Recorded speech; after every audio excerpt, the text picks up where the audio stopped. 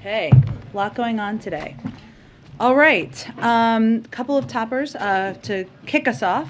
Tomorrow the president will travel to Greensboro, North Carolina, where he will visit North Carolina Agricultural and Technical State University for a tour of their new Harold L. Martin Senior Engineering Research and Innovation Complex, which opened in February. North Carolina A&T is the largest historically black college and university in the nation and the largest producer of African American undergraduates in engineering and with master's degrees in mathematics, statistics, and engineering in the country. NCA&T is also the alma mater of EPA Administrator Michael Regan and two of the president's recent appointees to his board of advisors on HBCUs.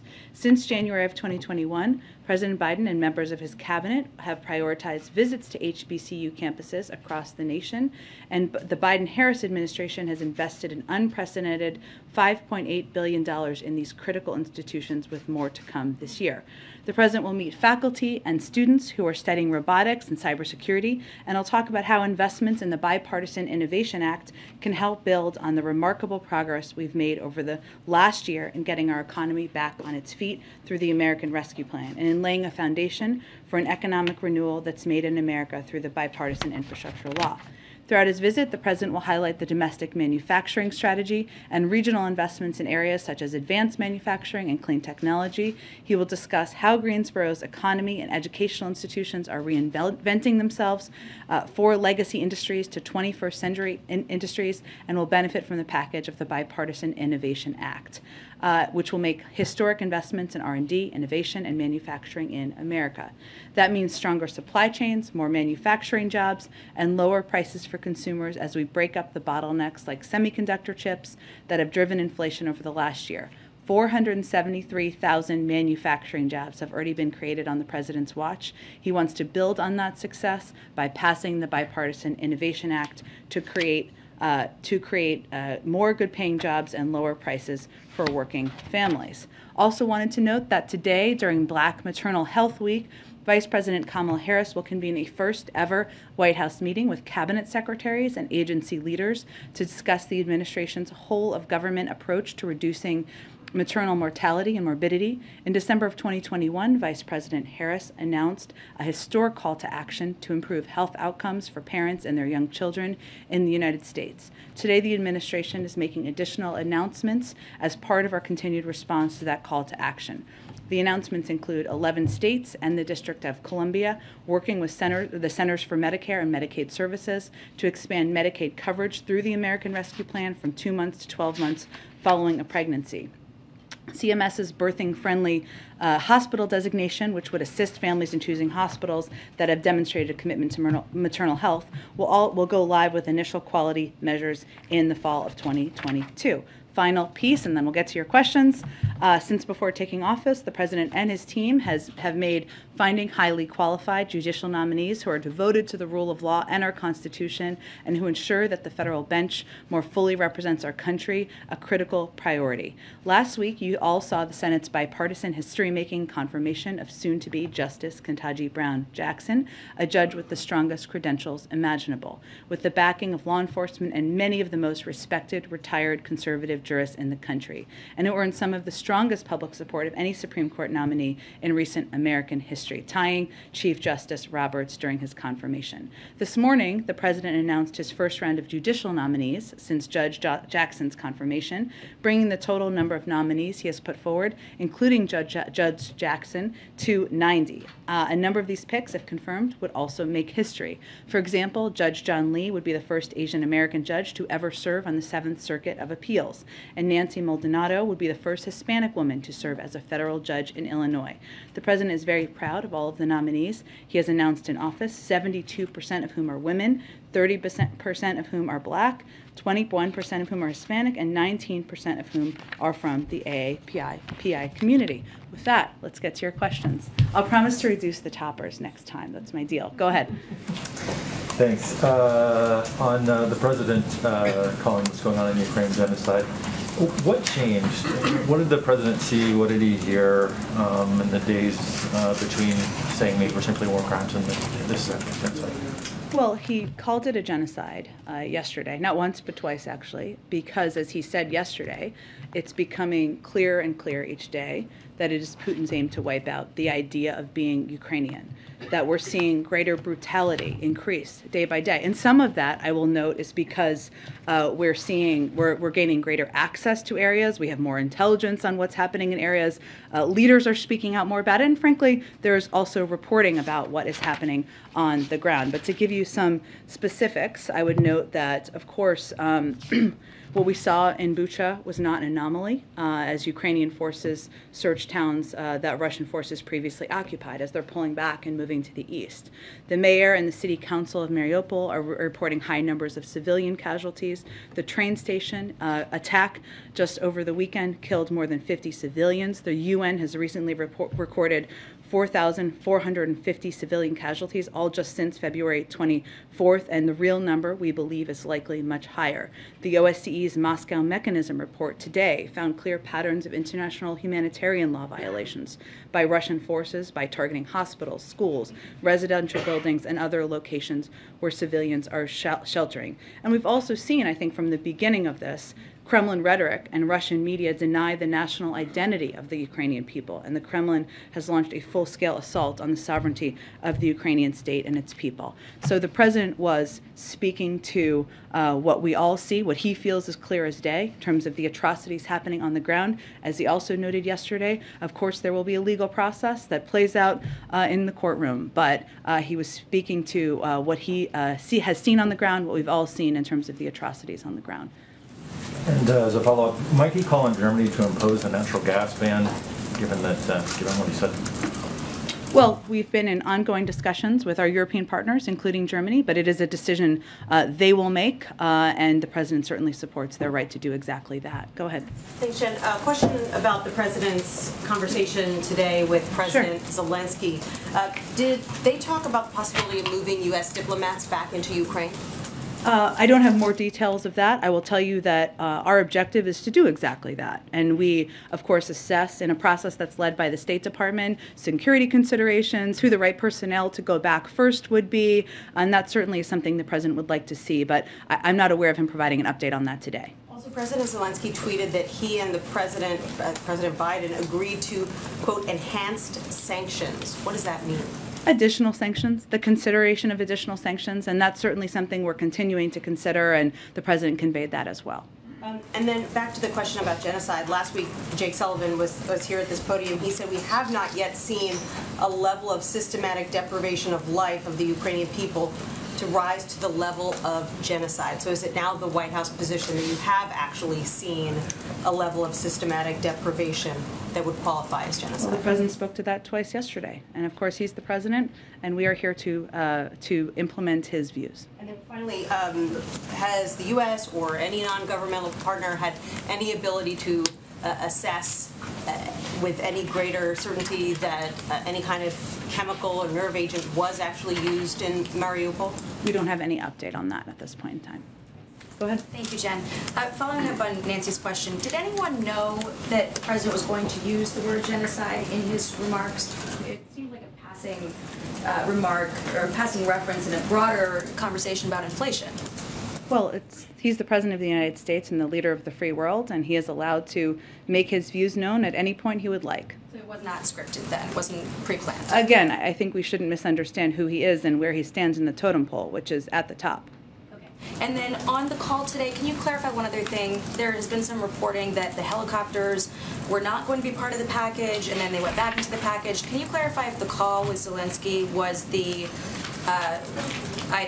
was the thing that put those helicopters back in the package? So on this, I know there's been some different reporting and confusion, so I appreciate you asking. We are, of course, in constant conversations with the Ukrainians, as is evidenced by this morning and the 2-hour call that Chairman Milley and Jake Sullivan had last week on what they need and how we can be helpful. It was unclear for a while from their side whether they wanted additional helicopters. We have provided them helicopters in the past, and today they made clear they wanted them in, so we said, great, there are helicopters in the package.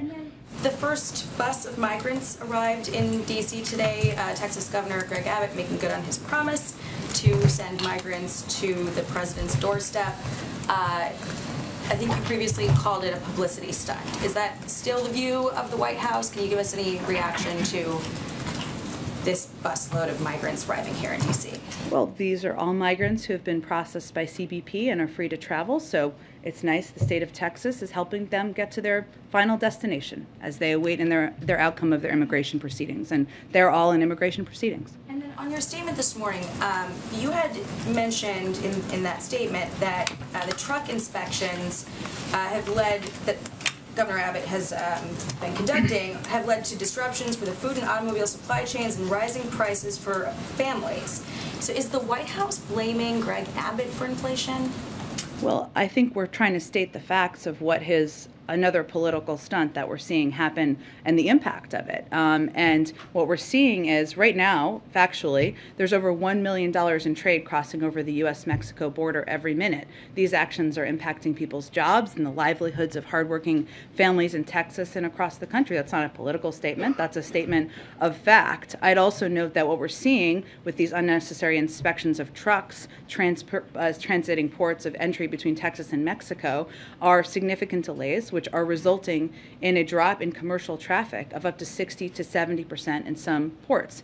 And that is significantly impacting the local and regional supply chains to the point that trade associations, officials, and businesses are calling for the Texas governor to reverse this self-inflicted gridlock. I'd also note that CBP officers are very good at their jobs, and Texas DPS does not need to replace CBP at the southern border. CBP has conducted a record number of drug seizures with more than 900,000 pounds of narcotics seized just in FY 2021. So the economic impact here, something that people of all political stripes are calling for a reversal of, is something that we think is significant and we felt should be shouted out. And then last one, does the White House still view inflation as transitory?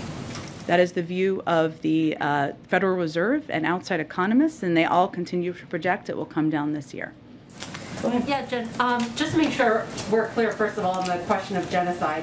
Because I know sometimes in the past the president's expressed his own opinion about issues. It's not necessarily been U.S. policy. So is it the U.S. policy that genocide is being committed in Ukraine, or was that the president's personal beliefs? Well, there is a legal process, as the president said yesterday, that will be undergone and will happen. And he wasn't getting ahead of that. He was speaking to what he feels we see on the ground. But regardless of what you call it, what our objective now is evidenced by the enormous package of military assistance we put out today, is continue to help and assist the Ukrainians in this war, and one where we see atrocities happening every single day. Is there any concern, though, that the president's views on things differing from what the actual policy is once it's gone through all those legal channels, that could be confusing to world leaders when the president's saying one thing but the policy isn't necessarily well, how would it yet? Impact the outcome? Yeah, well, I mean, once there's a genocide being committed in a region, other countries would treat that in a certain way if that's in what the way? Policy. I guess as far as how the way leaders would try, decide how they're going to respond to that. So, and I don't know. Typically, a consideration of genocide takes years. I mean, look at there are many past examples, and if you look at even Uyghurs, right, and what we've called out happening in China, that took many years to call out. That hasn't meant we've provided a range of military assistance. What we are doing now is we're trying to prop up and support Ukrainian leaders. There are other, and the military, of course, there are other leaders who have in the world who have said something similar to what the president has said recently, because they're also seeing the atrocities on the ground. I don't know that it's changed policy or confused anyone. I think they're speaking all from what they are seeing with their own eyes as we look at the visuals of what's happening on the ground. So you don't see kids in there. And then just a quick follow-up from a topic from last week. Following the president's exposure to House Speaker Pelosi, did he ever receive any post-exposure prophylaxis like monoclonal antibodies, which are approved from the FDA in certain circumstances for people who've been exposed if to you're COVID? Immunocompromised? Immunocompromised, He's people not. at high risk. Yeah. He's not immunocompromised, so no. Right. So he did not receive any treatment. He's not immunocompromised. Okay. Go ahead. Thank you, Jen. Earlier today, Treasury Secretary Janet Yellen said countries that are currently sitting on the fence amid Russia's invasion of Ukraine risk facing isolation from the global economy. Were those comments aimed at any specific countries, and can you speak to whether the administration is considering secondary sanctions on countries that do not comply with the restrictions the administration has imposed on Russia thus far? Well, I think certainly we consider a range of options if countries don't abide by the sanctions we've implemented, right? And that is something we certainly will continue to watch. I don't have any projections of that, fortunately, at this point in time. I think she was speaking to what we've said from here a number of times, which is that in this moment where you have a dictator brutally invading another country, targeting civilians, you have to contemplate what side of history you want to be on. And that is true for any country around the world. And then a follow-up on COVID. Is the administration concerned that COVID data is not picking up many cases that are confirmed by home tests, especially amid this uptick caused by the BA2 variant? And will there be a public education campaign to push people to report their positive results? Well, we do certainly encourage people in many ways to share test results and contact their doctor because they may be eligible for Paxlovid or other therapeutics if they test positive. We also know that that a number of people who test positive are at home, just recovering at home. So we're certainly encouraging people to do that. But what I would note is that what the CDC continues to track very closely are cases that are reported where they've seen severe disease, hospitalizations and deaths. And those reports are coming directly from hospitals and states. And what we're seeing from those reports are the lowest levels of hospitalization since the start of the pandemic. So we certainly encourage people to report. Anyone who lives in this area knows that if you have apps on your phone, you often get apps about or alerts about close contacts, or if you've been near people, or calls from your county health people if there are reports in your neighborhood. We encourage people to do that, but our focus, as the CDC has conveyed over the course of last weeks, is really on severe disease, hospitalizations and deaths, what we can do to reduce those. We're fortunately seeing lower numbers, even as we've seen an uptick in cases. Go ahead. Thanks. I spoke to former NSC Chairman Robert O'Brien on Friday. He says most Republicans and most, if not all, Democrats are on board with the current Russian sanctions. However, he had two criticisms. He said that one, planes should be provided to Ukraine, and two, that full sanctions should be implemented against Russia and Putin immediately. Your thoughts in response to that? I don't have a direct response to Robert O'Brien. What I can tell you, and I'm sure he's aware of this, or maybe not, I don't know, that we have implemented a more significant and crippling sanctions package, financial sanctions package, than has ever been done on any large economy in history. So I would certainly point to that.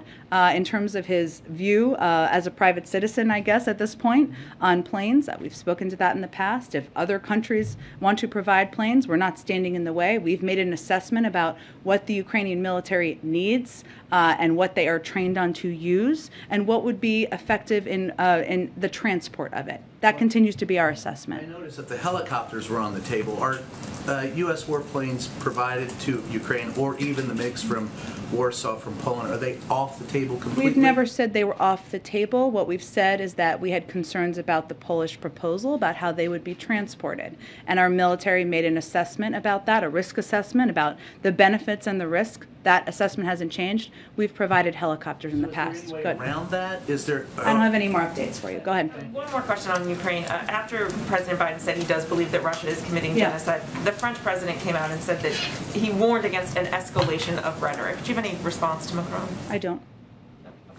On COVID and this extension, this 2-week extension of masking on public transportation, can you help us understand some of the science behind this? Why 2 weeks? Sure. What difference can be made in such a short amount of time? Sure.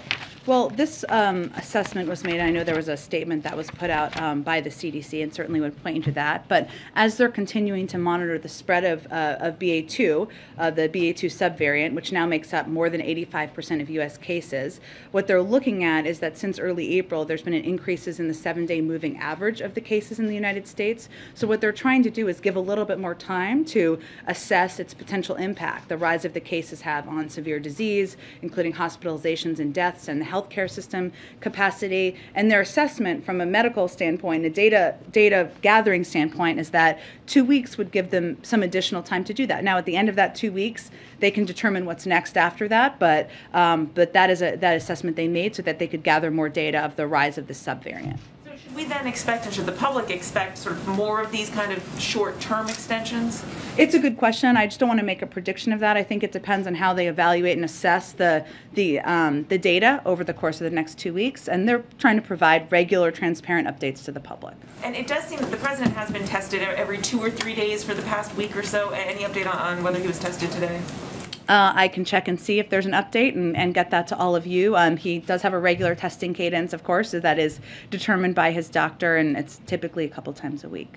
Go ahead. Thank you. A quick follow-up on the issue of the genocide designation. I think you just said that a legal process would be undergone, but I think the State Department spokesman Ned Price just said that it was the U.S. government is contributing to the Ukrainian Prosecutor General's office's inquiry into whether Russia has committed genocide in Ukraine, but had not initiated its own. So I appreciate your opportunity to rephrase. It would require a legal process. As the president said yesterday, he's not trying to prejudge a legal process. He was speaking to the atrocities he saw on the ground. And why not? Why wouldn't the U.S. initiate its own, inquiry into that issue? It's a determination, again, made by the State Department and others who are lead these efforts, and certainly it's one we will continue to assess.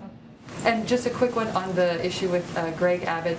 Is the White House planning to do anything to alleviate the supply chain disruptions or pressure him into rescinding the order? Well, obviously our preference is that he rescinds the order, and it's not just our preference, it's the preference of a number of trade associations, officials, business leaders, and others who are seeing the direct impact on commerce and on the economy and on business in the community. So beyond that, I think our effort today was to highlight what the impact is and how this is not a step that is in immigration policy or addressing root issues at the border. This is one that is hurting, has having a negative economic impact on people who work and live in that community, and the over $1 million in trade crossing over the border every day. Go ahead. Jen, 3 times now the president has made comments about the war that the White House or he himself subsequently said did not reflect U.S. policy or legal determination, when he said Putin is a war criminal, when he said that Putin cannot remain in power, and of course his comment about this being genocide in Ukraine. Does this not send a signal to the world that there kind of is an asterisk next to anything that the president says? Well, when the president ran, he promised the American people he would shoot from the shoulder, is his phrase that he often uses, and tell it to them straight. And his comments yesterday, not once but twice, and on war crimes are an exact reflection of that. I don't think anybody is confused about the atrocities of what we're seeing on the ground, the horrors of what we're seeing in the ground, and different leaders around the world describe it in different ways. But what is unquestionable is what we're seeing is horrific. The targeting of civilians, of hospitals, of even kids, the president was calling it like he sees it, and that's what he does. If I could ask it this way, do you think that there is any danger to global leaders, including Vladimir Putin, to Olaf Scholz, if they can't be sure when they hear words coming out of the president's mouth, whether he is stating a personal opinion versus making a statement about U.S. policy? Do you have an example of somebody who's confused? A leader? Well, I think my colleague brought up Emmanuel Macron responding and saying, the use of the language genocide he sees as rhetorical escalation. President Putin is brutally targeting civilians and brutalizing a country right now. So this president, was speaking to what those atrocities are and what he is seeing on the ground. A number of other leaders have done exactly that. It does not change policy in the sense that we've seen these atrocities, unfortunately, for weeks now, and we're going to see more as Russia pulls back from parts of the country. So what our focus will continue to be, and the focus of leaders around the world, is to continue to escalate our military assistance, our security assistance, as we did today in providing a range of weapons that we have not even provided to them in the past. And that, I think, is what the Ukrainians are most focused on, and I think the global community is most focused on, how we're responding and how we're helping them. Could you explain, so if the U.S. were to legally determine that what is happening in Ukraine is genocide, what would the sort of legal obligations from the United States be at that point? It doesn't change a policy. There would be an international effort to explore that and an investigation at an international level. Those often take many years. And nothing has changed in terms of the president not wanting to send in U.S. troops to Ukraine. Correct. Nothing has changed. Go ahead. Thank you so much, Jen. Two questions. One on policing. In Grand Rapids, Michigan, police just released the tape of an individual who was shot and killed by police. I understand it just happened while you were on the podium, so you have not seen it yet. But I wanted to see if you believe the president will watch that, and the NAACP is now calling on the president to sign the policing executive order. Is there any update that you can provide about that? Well, on the last piece, the president absolutely wants to do exactly that. And it has to go through, it just takes some time to go through a process, but his intention is absolutely to sign a policing executive order into law, or not into law, but sign it with his authorities. I would note that what we have tried to do from this administration, even while there was a stall in bipartisan action in the Senate, is to take actions we can with the authorities we have, like the Department of Justice banning chokeholds, or other steps they've taken with the authority they have to address it at the federal level. I've not seen the video. Thank you for prefacing that. I've not seen it yet. I don't have a prediction of if the president will watch it. I assume it is something that will be covered on television, and I can check and see if there's an update for you. And then I just had a follow-up to MJ's question. Sure. When you're talking about the president sort of, and I should preface this by saying the world and we are all still getting to know this president. He has been around for a while, but we have not seen him in the role as president for a while. And so can you tell us when should we interpret his words as his reaction versus U.S. policy? He's the President of the United States. He speaks for the United States. There's also a legal review and process that is important to take place in the case of genocide or war crimes. So we're trying to provide as much information on that as possible. Any tips that you can provide, or any sort of, any giveaways that this is the president talking about what he's seeing and his reaction as a human versus, the United States government is now going to do X, Y, and Z because I have determined. I think what's important to understand is that determination, or whatever you label it, doesn't change policy.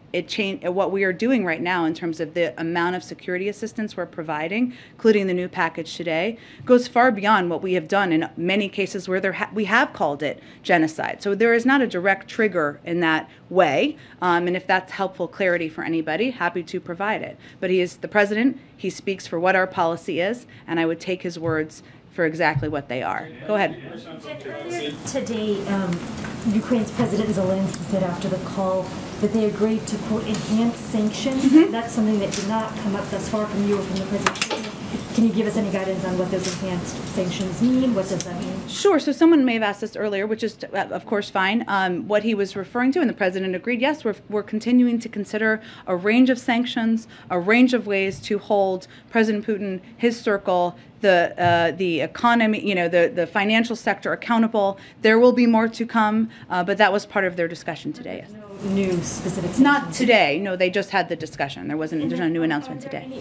Has there been any increased conversation at all in terms of doing anything around the carve-out, specifically on sanctions on energy? I know that there have been continued carve-outs on energy. We haven't taken anything off the table, as you know, but I don't have any update on that at this point in time. Go ahead. Thanks, Jen. Just one on Texas. Right before you came out, Governor Abbott announced that they're halting some inspections on that side of the border, and instead there'll be some inspections conducted in Nuevo Laredo, the Mexican state that borders Texas. I don't know if you had seen that or want to have a chance to respond to it. Not yet, and I don't have an assessment on the impact, but I think the overarching view from not just us, but again, trade associations, officials, and businesses is that these are unnecessary inspections and that they are impacting the economy. I don't know I can't gauge from here what the economic impact will be, but I'm happy to take a look at that or have our economic team take a look at that. Sure. Go ahead, Patsy. Thank you, Jen. So I'm going to try again on the G20. President Biden has indicated that he wants Russia to not participate in the G20. We know that. We also know that he said that the forum cannot be business as usual. However, I'm hearing from G20 diplomatic sources that they feel that it's unfair to have the issue of Ukraine really overtake the forum, which has an economic mandate, and it does have economic goals, including pandemic recovery, sustainable economic development, and so on. So my question is the U.S. still willing to work with G20 partners to ensure that these goals are met and that the summit is salvaged? Well, the summit is in 7 months. Am I correct? Yes. Okay. So that's a lifetime. It takes a lot of months for... That is a lifetime in diplomacy, though, I will say. And it is not uncommon for events that are impacting the global community, as Ukraine is, and the Russian invasion of Ukraine, to play a central role at international forum. And their economic recovery and rebuilding and reconstruction is going to be something that the global community is going to be involved in and address. But the agenda has not been set. I don't think we know at this point how dominant Ukraine will be or not be. It depends, I'm sure, on where things stand at that point in the world. Well, the agenda hasn't been set, but the presidency has already set these three main pillars, and they have nothing to do with Ukraine or Russia. So I guess what would be the administration's response to these criticisms that say disinviting Russia or including Ukraine as an observer really just disrupts the summit's agenda as well as divide or create a rift among members? I think I would say that Russia and President Putin have shown himself and themselves to be a pariah in the world, and the president's view is that he has no place at international forum. The inclusion of Ukraine does not mean it's only about the battle on the ground. We're going to need to rebuild Ukraine. Ukraine has just applied for EU membership.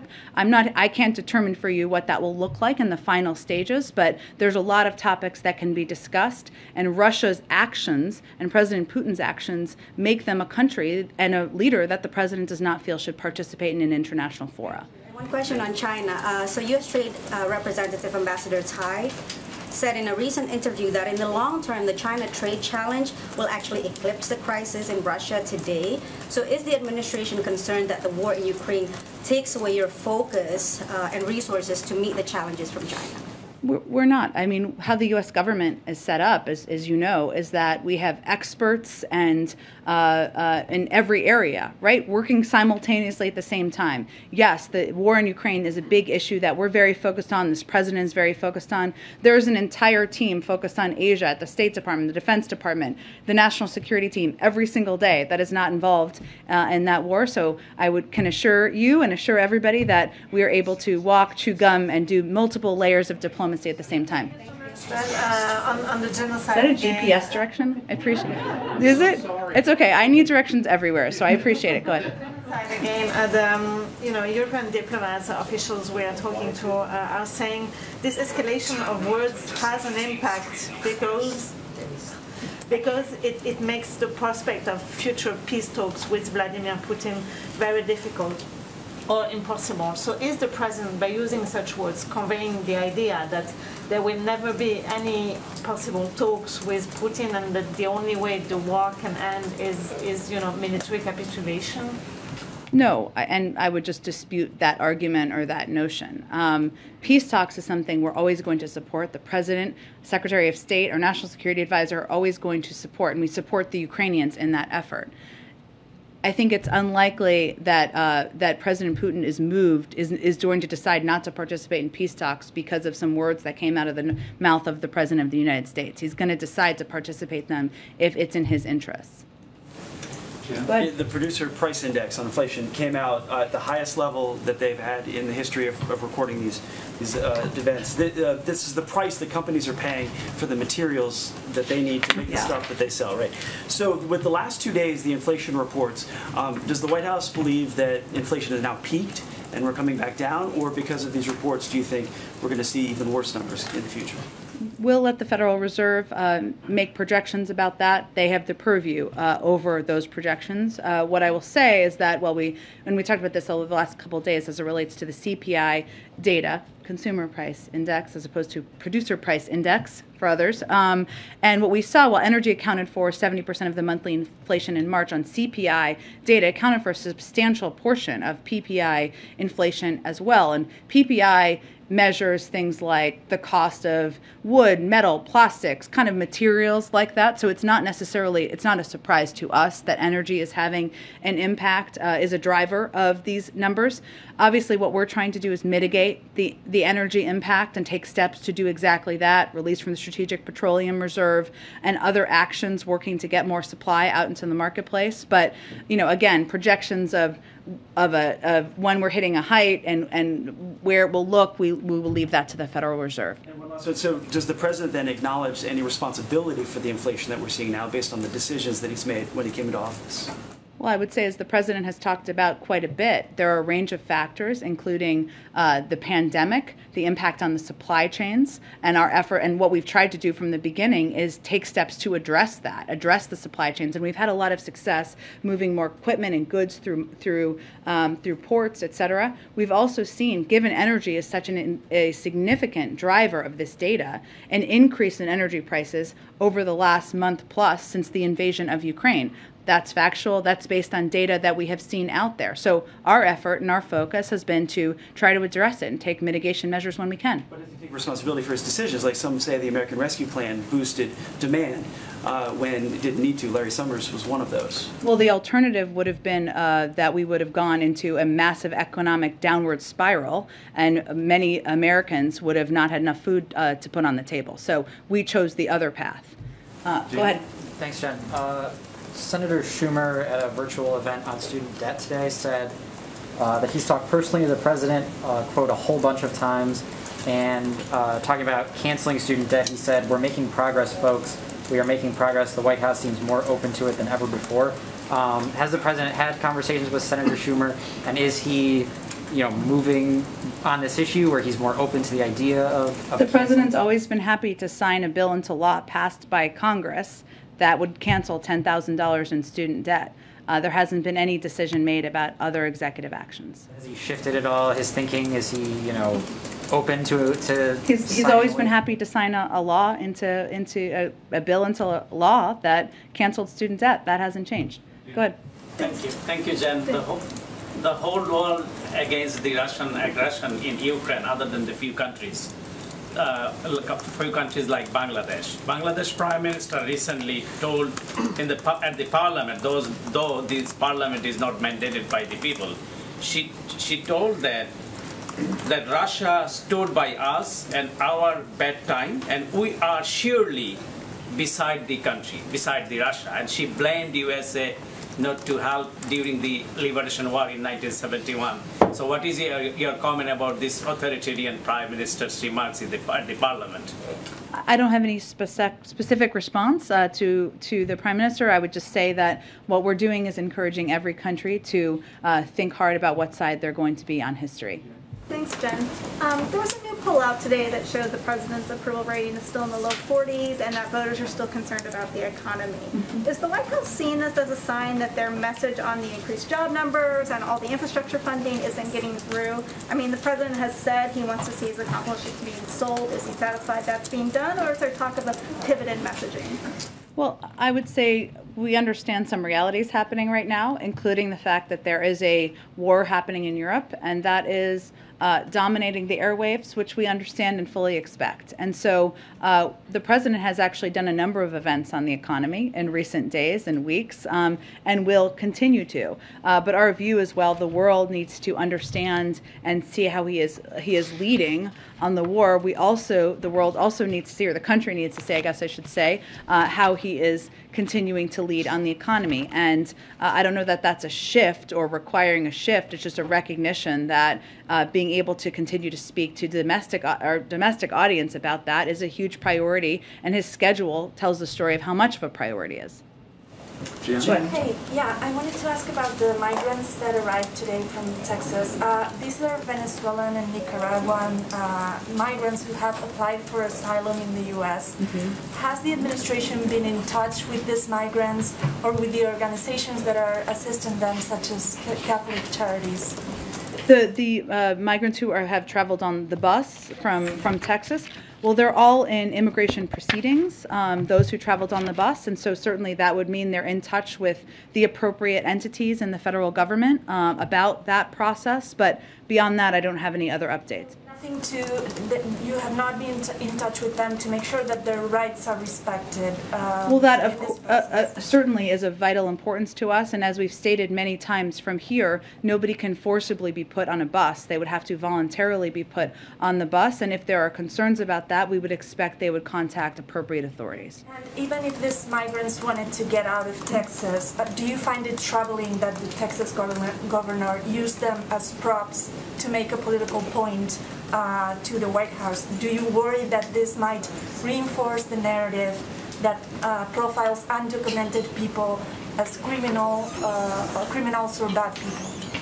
Well, I called it the other day a publicity stunt by Governor Abbott and made clear that immigration policy and law is overseen by the federal government, not state governments. So I think I spoke to that the other day pretty clearly. Go ahead. Thank you, Jen. Since you mentioned a team focused on Asia earlier, I have several Asia questions. Sure. There have been reports out of Japan that U.S., UK, and Australia have informally asked Japan to become part of AUKUS in the areas of emerging and disruptive technologies.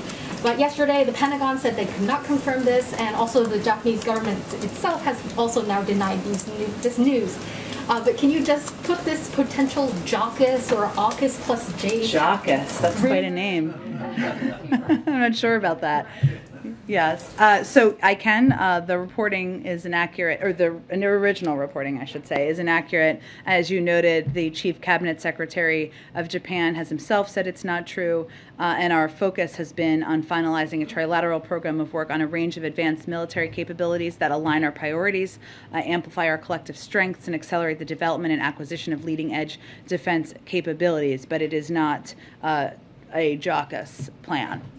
And another Japan question, if I may. Yep. Yesterday, some Japanese media outlets reported that arrangements were underway for a Quad Summit on May 24th, just as President Biden had alluded on Monday, and that there were plans being made for a bilateral with Prime Minister Kishida the day before on May 23rd. Is there any part of President Biden's travel schedule that you can confirm yet, including a potential trip to South Korea before or after the Japan trip?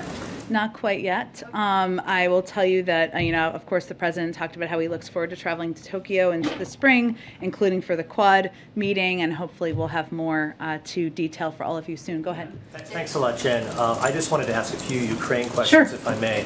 A clarification first. Your list of weaponry that you put up on the screen at the beginning of the briefing, you had 11 Mi-17 helicopters. Generally, there are two versions of that helicopter. One's a transport version. The other one is an armed gunship. Which version are you supplying to? I'm happy to get greater clarity from the Department of Defense. Obviously, because of the earlier questions, you noted it was, do they want them, do they not want them? They were just added back in, so we'll see if there's more detail. Thank you. And then on sanctions, when I hear the possibility of more sanctions being brought against the Russian government, perhaps individuals in Russia, I'm just a little confused that you haven't thrown everything at Russia already. What's left, and why haven't you thrown everything at Russia already in terms of sanctions? Well, there's always more that can be done on the sanctions front. Additional financial institutions, there's always secondary sanctions. There's a range of steps that can be taken. We have already done to date, as I noted a little bit earlier, the most significant and crippling sanctions package that has ever been done to a modern, like a big economy ever in history. So there's processes that you have to go through to consider, to evaluate the impact on the global economy, on our economy, whether steps and the assessment of that, and that's ongoing for additional options. Final one, on a no-fly zone, possibility of a no-fly zone being imposed by NATO. Sometimes spokespeople like you, Jen, you say all options are on the table. Is that an option that is ever going to be on the table? We have never conveyed from our end that it should be on the table. Thank you. Jen? Go ahead. Jen? Go ahead. Thank you, Jen. I would like to ask you about first of all, I know we've had a report that you may be leaving soon. How will you like to be remembered as White House press secretary? Well, one day I will not be here, either to spend time with my kids or because the president fires me, hopefully not the latter. At that point, I'm sure I can reflect on that. The WHO DG said today at the press briefing that the way the world is treating the crisis in Ukraine and the crisis in Yemen, in Ethiopia and elsewhere seems to be different. Is he wrong? I don't know more context of... In terms of refugees, the way, like, I've asked you many times, why don't you grant TPS to refugees from... Sure. Okay, that's helpful clarity on your question. That's a process that is overseen by the Department of Homeland Security, and an assessment is made through that process. So I don't have any updates for you on that. I know you keep saying that, but are you not supposed to lead the way? Like, These are people who are suffering. Ethiopia is unstable. Tens of thousands of people have been died. And we Millions of people have spoken to that a number of times from here, from the State Department, from the Defense Department. All I'm conveying to you is that there are processes that happen through the interagency, and I don't have an update on the status of TPS designation. Thanks everyone so much. Final question, Jen? All right.